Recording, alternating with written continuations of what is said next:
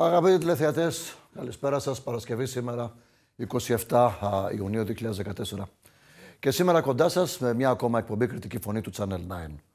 Σήμερα θα αναφερθούμε εκτενώς και στην πολύ μεγάλη επιτυχία της εθνικής μας και την πρόκρισή της για πρώτη φορά στην ιστορία στις 16 καλύτερες ομάδες του κόσμου. Εξού και η φωνή μου, βέβαια, θα σας εξηγήσω αργότερα, γιατί σήμερα έτσι φέρνω λίγο από Barry White και είμαι αρκετά βριχνεσμένος. Να με συγχωρείτε λοιπόν. Εμείς όμως να ξεκινήσουμε με το πρώτο θέμα της ημέρας μας. Με τροπολογία που κατέθεσε αργά το απόγευμα της Τρίτης στη Βουλή η κυβέρνηση, συμμορφώνεται στην πρόσφατη απόφαση του Ελεκτικού Συνεδρίου, σύμφωνα με την οποία κρίθηκαν αντισυνταγματικές οι μειώσεις των αποδοχών των δικαστικών λειτουργών. Προσέξτε όμως εδώ, μόνο των δικαστικών, αφού και οι άλλες έχουν ήδη κριθεί αντισυνταγματικές, αλλά για αυτές τις επαγγελματικές ομάδες, τις όποιες, η κυβέρνηση κάνει τον Κινέζο. Και δεν ξέρω αν αυτό έχει σχέση με την προημερών επίσκεψη του Κινέζου Πρωθυπουργού στην Ελλάδα και τα όσα συμφώνησαν με τον δικό μας Κινέζο Πρωθυπουργό, τον κύριο Σαμαρά. Σύμφωνα λοιπόν με το Γενικό Λογιστήριο του Κράτους, η δαπάνη που προκαλείται κάθε χρόνο είναι 69.560.000 ευρώ, ενώ 49.400.000 ευρώ για τους εν ενεργεία και 20 εκατομμύρια περίπου συν πλάς για τους συνταξιούχους λόγω της αναπροσαρμογής, αύξησης δηλαδή των μισθών, των παροχών και των συντάξεων. Επίσης, θα υπάρξει εφάπαξ δαπάνη 99,7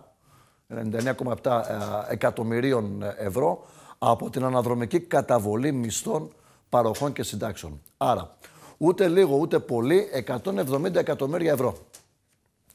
Και εσείς καθίστε αναπαυτικά στο καναπέ σας και απολαύστε το φτωχό καλοκαιράκι σας. Έτσι κι αλλιώς η εθνική μας κρατά ψηλά το ηθικό αυτές τις καλοκαιρινές ημέρες, άρα για το τσουκάλι της νοικοκυράς ούτε λόγος. Για να δούμε όμως τι μέλη γενέστε με τις αποδοχές βουλευτών και συνταξιούχων βουλευτών. Η κυβερνητική εκπρόσωπος Σοφία Βούλτεψη, με ανακοίνωσή της για την σχετική εντολή Πρωθυπουργού, κόβει την όρεξη στους βουλευτές που θα ήθελαν να δουν να αυξάνονται και οι δικές τους αμοιβές, οι οποίες συναρτώνται από τις αποδοχές του Προέδρου και του Άριου Πάγου.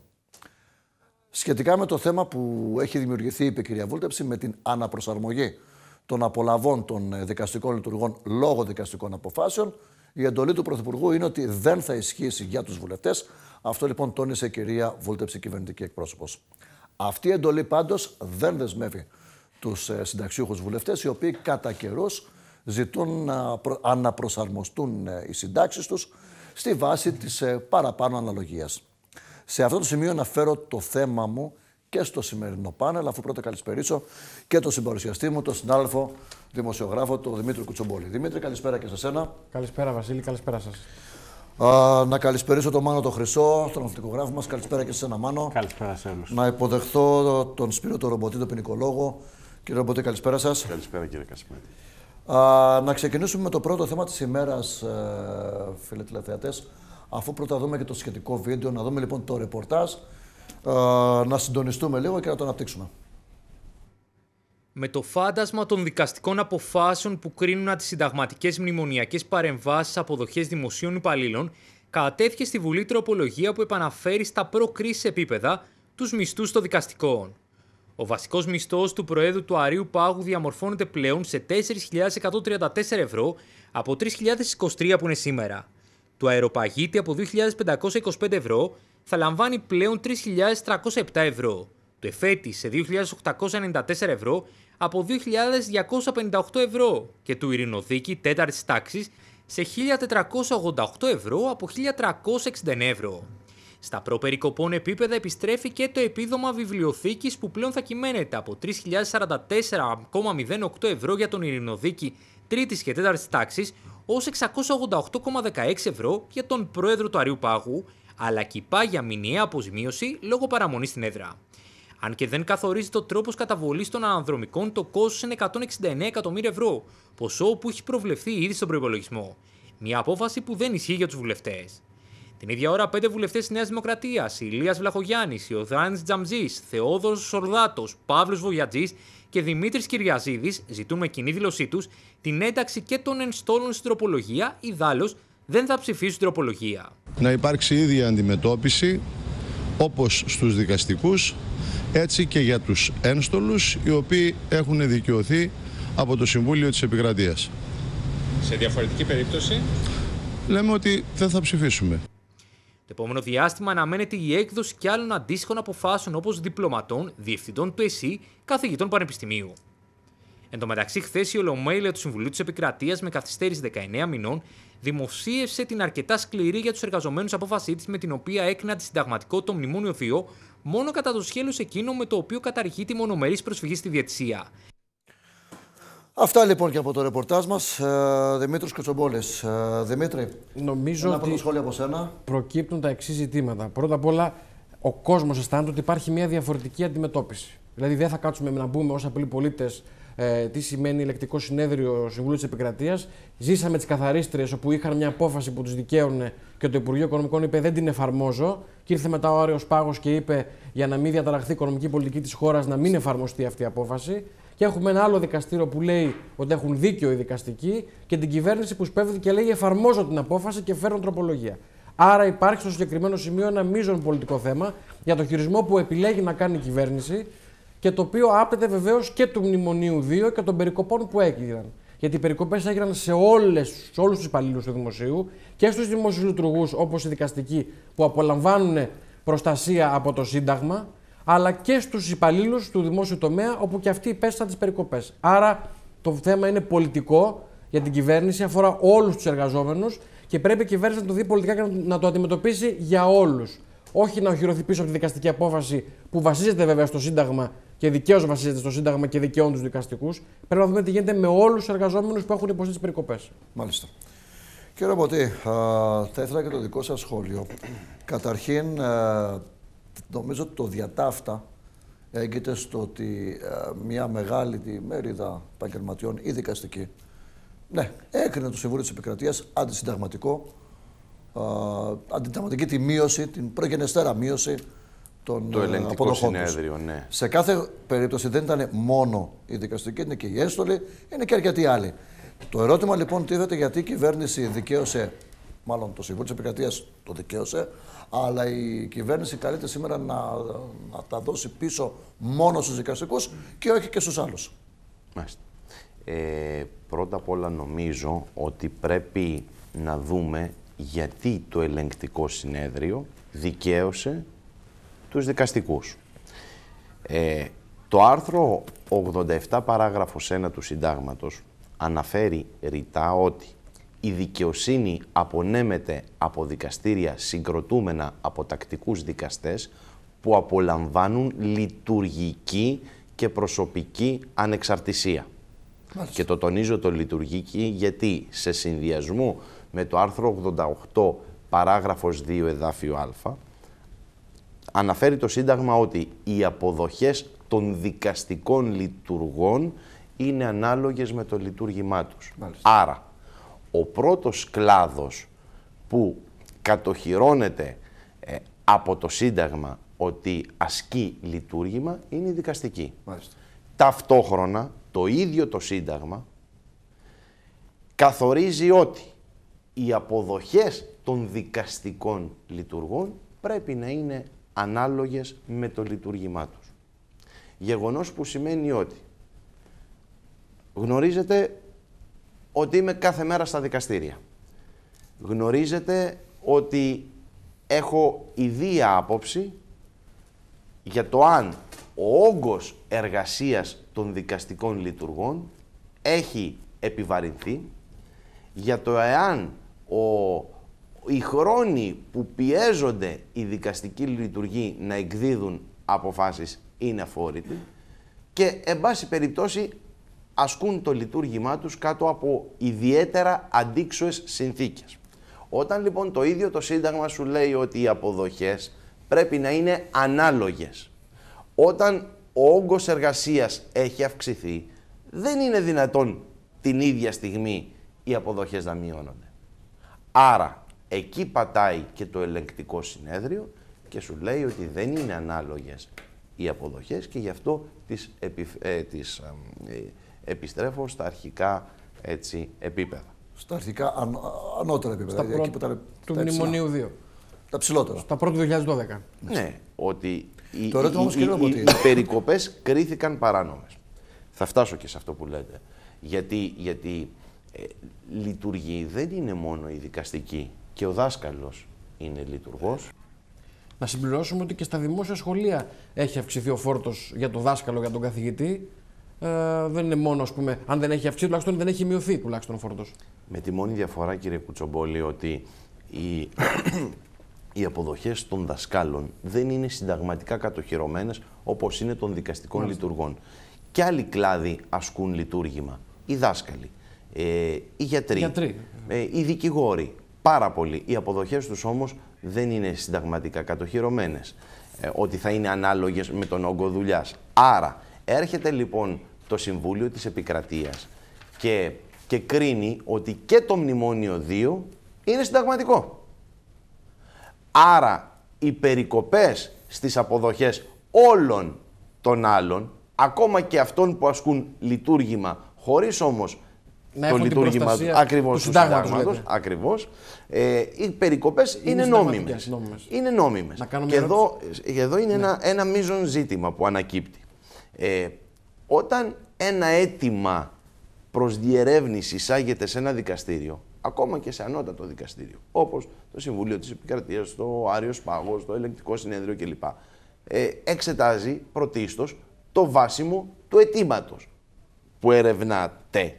Δηλαδή θέλω να πω το εξής, ότι καλείται το Συμβούλιο της Επικρατείας να κρίνει για τη συνταγματικότητα ή μη του Μνημονίου 2, χωρίς προηγουμένως να έχει ζητήσει να διαταχθεί εξεταστική επιτροπή για το πώς μπήκαμε στο μνημόνιο.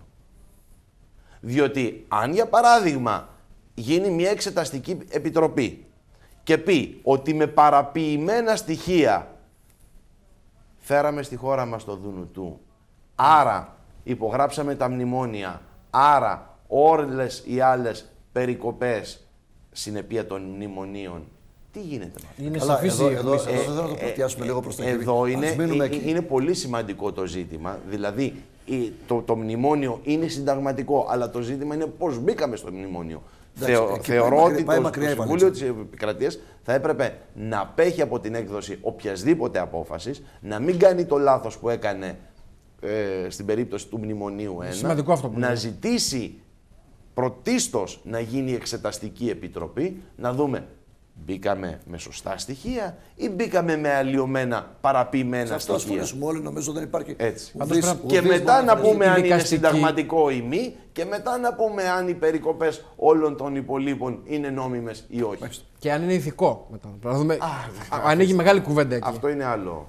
Να περάσουμε φίλοι τηλεθεατές, σε ένα επόμενο θεματάκι και αφορά το νοσοκομείο Χανίων.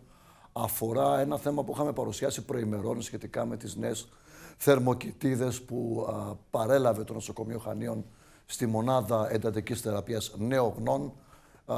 Τότε βέβαια όλοι διθυραμβικά σχολιάσαμε το γεγονός, όμως παρασκηνιακά υπάρχουν κι άλλα.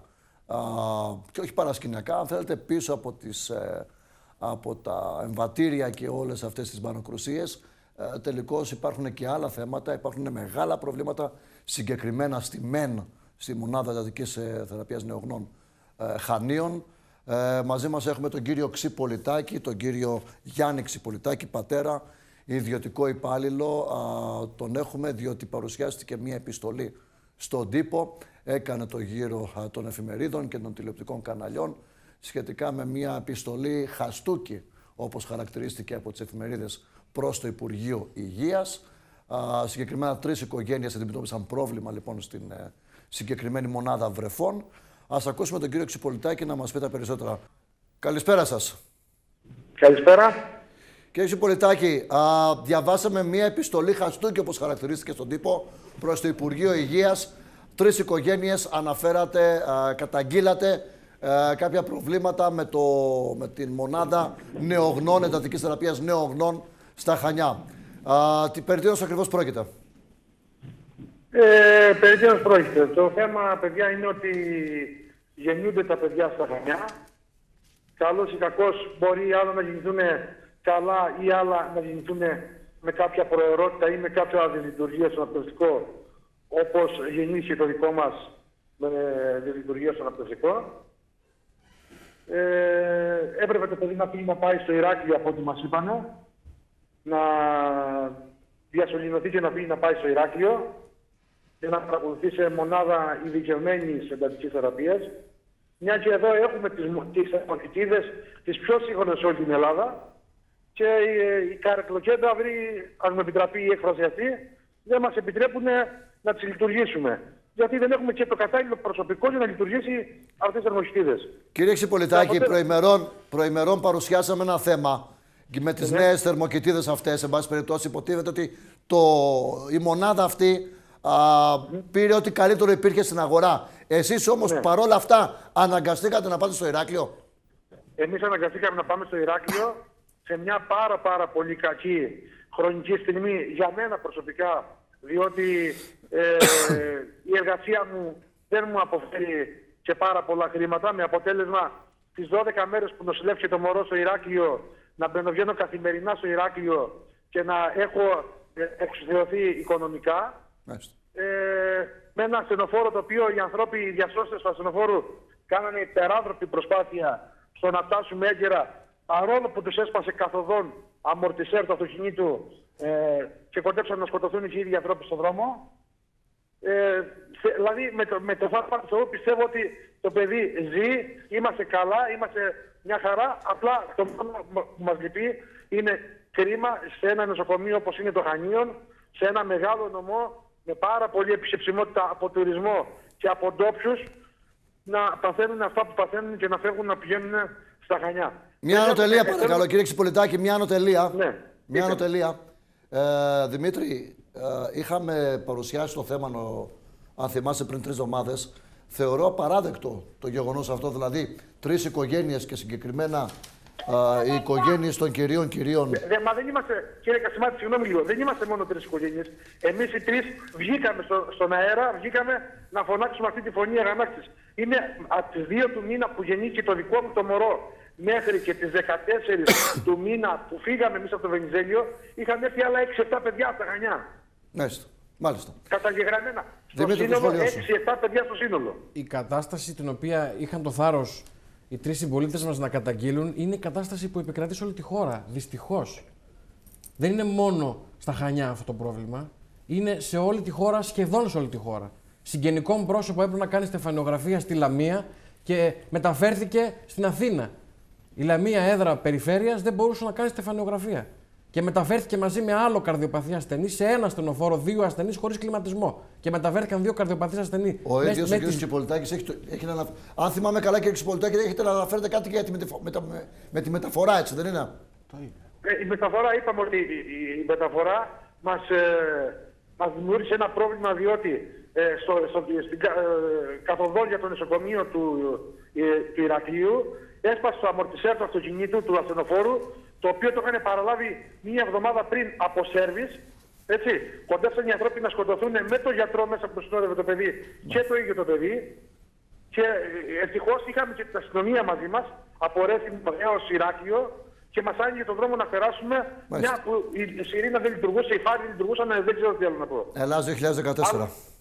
Αλλά αυτό που θέλω να πω εγώ, έτσι, και να το ακούσουν καλά και το βάλουν στο μυαλό τους, ότι ο κόσμος έχει έρθει σε απόγνωση πια και είμαστε έτοιμοι να ανέβουμε στην Αθήνα και να λάβουμε τα ενία, να τους ξυλώσουμε, να τους διαλύσουμε από εκεί. Έτσι, εμένα διαλύσανε τη δικιά μου γενιά που είμαι 35 χρονών και το λίγο μεγαλύτερο και το λίγο μικρότερο. Τα παιδιά μας, τι τους στέλνουν οι αλήτες, τι τους στέλνουν? Τα παιδιά μας, τι τους στέλνουν? Η ιστορία αυτή του τόπου, η συνέχεια, τι τους στέλνει? Εδώ βέβαια, κύριε Ξυπολιτάκη, θα πρέπει να πούμε και το γεγονός, το σημαντικό επίσης το εξής. Ότι ενώ στα Χανιά τοποθετήθηκαν αυτές τις θερμοκοιτίδες Ferrari, ας το πούμε έτσι, ό,τι καλύτερο υπάρχει. Εντούτοις, εσείς καταγγέλλετε ότι δεν υπάρχει το ιατρικό προσωπικό για να τις λειτουργήσει. Τα είχαμε πει εμείς πριν 3 εβδομάδες. Να τα σήμερα, δεν περάσανε μόλις 3 εβδομάδες. Αύριο μεθαύριο θα έχουμε και τον τουρισμό μας. Όχι αύριο, χθες. Ιούνιο έχουμε πια. Να πάει ένας τουρίστας εκεί πέρα και απλά τρέχει στα Χανιά είναι ό,τι χειρότερο. Από την άλλη, εκκρεμεί ένας διαγωνισμός στο Ηράκλειο, από ό,τι ξέρουμε, για τις ίδιες θερμοκοιτίδες. Δεν έχει γίνει κάτι και από εκεί. Διότι αν δεν γίνει στο Ηράκλειο, βλέπω να φεύγουν δανεικές οι θερμοκοιτίδες από τα Χανιά να πάνε στο Ηράκλειο. Ναι, ναι. Και δεν ξέρω τι άλλο, Δημήτρη. Δυστυχώς αυτή είναι η κατάσταση και είναι και σε πολλούς άλλους νομούς. Και καλό θα ήταν όλοι να αντιδρούμε πιο έντονα, να μιμηθούμε το παράδειγμα του κ. Ξυπολιτάκη και των άλλων και να βγάλουμε μπροστά τέτοιες περιπτώσεις. Και βεβαίως οι περιφέρειες έχουν και αυτές μια ευθύνη να βγουν μπροστά και να διεκδικήσουν. Μάλιστα. Λοιπόν, να ευχαριστήσουμε τον κύριο Ξυπολιτάκη. Κύριε Ξυπολιτάκη, θα είμαστε σε επικοινωνία για το οτιδήποτε άλλο. Σας ευχαριστούμε πολύ. Για χαρά, για χαρά. Καλό απόγευμα να έχετε. Αυτά λοιπόν, δεν ξέρω αν είμαστε έτοιμοι και για την ανταπόκρισή μας από τα Χανιά, από τη Νέα Τηλεόραση Χανίων και από το Χανιά Post. Παντελή, καλησπέρα. Καλησπέρα, Είχαμε την προημερών επίσκεψη του Κινέζου Πρωθυπουργού στην Ελλάδα και στην Αθήνα και ακολούθα στην Κρήτη, όπου μετέβη με τον κύριο Σαμαρά. Θα θέλαμε τον απόϊχο αυτής της επίσκεψης τόσο για το αεροδρόμιο Καστελίου, όσο και για το διαμετακομιστικό λιμάνι στο Τιμπάκι. Λοιπόν, καλησπέρα και στους καλεσμένους. Η αλήθεια είναι ότι ο κύριος Λί Κετσιάνγκ άφησε μεγάλες προσδοκίες. Από εκεί και πέρα κάτι χειροπιαστό που λέει ο λόγος δεν είχαμε. Πέραν από το ότι εγκαινίασε το Αρχαιολογικό Μουσείο και έκοψε την κορδέλα, το ανακαινισμένο Αρχαιολογικό Μουσείο Ηρακλείου, συζήτησε με τον Πρωθυπουργό για το θέμα του αεροδρομίου στο Καστέλι, αλλά είναι μια ιστορία την οποία περιμένουμε να δούμε πότε επιτέλους θα δημοκρατηθεί σαν έργο και τι ενδιαφέρον θα υπάρξει από Κινέζους επενδυτές. Το ευχολόγιο ότι κάποια στιγμή στο άμεσο μέλλον η Κρήτη θα πλημμυρίσει από χιλιάδες Κινέζους τουρίστες, νομίζω ότι δεν είναι το κρατούμενο από την επίσκεψη του κ. Λί Κετσιάνγκ, που θα μπορούσε να αφήσει πολύ περισσότερα, ξαναλέω, από κάποιες προσδοκίες για το τουριστικό προϊόν της Κρήτης προς την Κίνα ή για κάποιες επενδύσεις. Ερχόμενος ο κύριος Λί Κετσιάνγκ στο νησί, πιστεύαν οι περισσότεροι ότι θα συζητήσει για το Καστέλι, ότι θα συζητήσει για το θέμα του βόρειου οδικού άξονα. Πιστεύονταν ότι υπάρχει ενδιαφέρον από τους Κινέζους για την κύρια οδική αρτηρία του νησιού. Και βεβαίως ότι θα συζητούσε και για το λιμάνι του Νότου ως το διαμετακομιστικό κέντρο για το οποίο ενδιαφέρονταν οι Κινέζοι. Να θυμίσω ότι προ τριετίας υπήρχε και ενδιαφέρον για δημιουργία διαμετακομιστικού κέντρου στη Γαβδοπούλα. Απέναντι από τη Γάβδο. Τίποτα από όλα αυτά, τίποτα από όλα αυτά τουλάχιστον δεν δημοσιοποιήθηκε. Αν συζήτησε ο κύριος Λί Κετσιάνγκ με τον κύριο Αρναουτάκη ή με άλλους φορείς της Κρήτης, αυτό η αλήθεια έχει μείνει επασφράγιστο μυστικό. Την Τετάρτη που μας πέρασε, οι πρόεδροι των 4 επιμελητηρίων της Κρήτης ενημερώθηκαν για το περιεχόμενο της επίσκεψης του Κινέζου Πρωθυπουργού στο νησί. Τίποτε λιγότερο, τίποτε περισσότερο. Μάλιστα. Παντελή, διαβάζοντας τα μέσα κοινωνικής δικτύωσης αλλά και στον ηλεκτρονικό τύπο, κυκλοφορεί η εντύπωση ότι ήρθε ο Κινέζος Πρωθυπουργός εδώ, ο δικός μας ξεπουλάει τα πάντα στην Κρήτη. Αυτό από τη δική σου οπτική, μέσα από την τηλεόραση που εργάζεσαι και από τα μέσα που λειτουργείς, υπάρχει? Δηλαδή υπάρχει εντύπωση του κόσμου ότι ήρθε ο Κινέζος Πρωθυπουργός να πάρει μπυρ παρά το βιός μας, τις περιουσίες μας, τα εχέγγυά μας, το αποθηκεύουμε το μέλλον των παιδιών μας? Τι γίνεται τελικά? Θα σου απαντήσω το ίδιο σημειολογικά όπως με ρωτάς, με ένα άρθρο το οποίο φιλοξενούμε στην αγγλική εφημερίδα τη Χανιά Post που κυκλοφορεί το Σάββατο, ότι η Κρήτη φλερτάρει έντονα με το κινέζικο γράφο. Αλλά στο φλερτ η αλήθεια είναι δεν μαθαίνεις για το τι είδους σχέση υπάρχει. Μπορεί να υπάρχει σοβαρή, μπορεί να υπάρχει επιφανειακή. Αυτό δεν το γνωρίζει κανείς. Τώρα, εάν ο κύριος Σαμαράς, ειδικά για το θέμα του αεροδρομίου του Καστελίου, κοιτάζει να διαφυλάξει κάποια κεκτημένα ή από την άλλη να υπάρξει ένα ξεπούλημα μέσω ενός διαγωνισμού, μόνο ο ίδιος το γνωρίζει.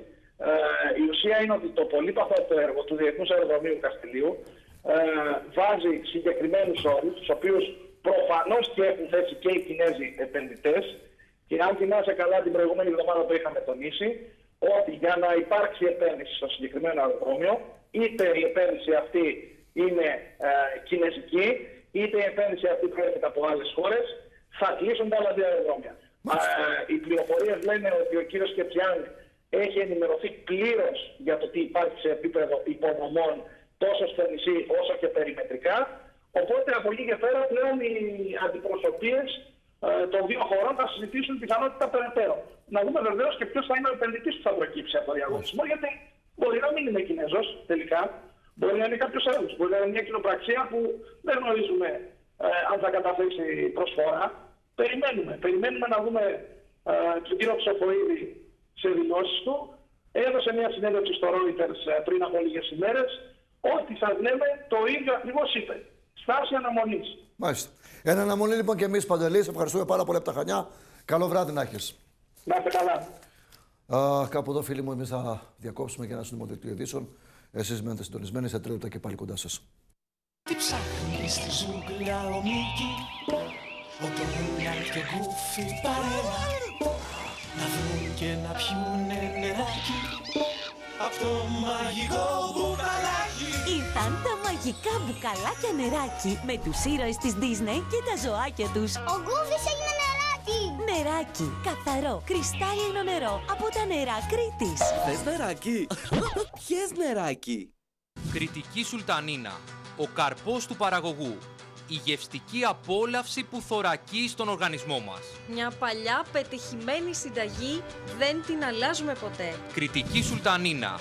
Η πραγματική Σουλτανίνα. Χαρίστε στα παιδιά σας τα αναρρύθμιτα ωφέλη της για το μέλλον της υγείας τους. Διαθέτει όλες τις απαραίτητες διεθνείς πιστοποιήσεις. Από την κοινοπραξία συνεταιριστικών οργανώσεων Σουλτανίνας στο τραπέζι σας. Για παραγγελίες, Βιπέ Ηρακλείου. Τηλέφωνο 281 0 38 26 60.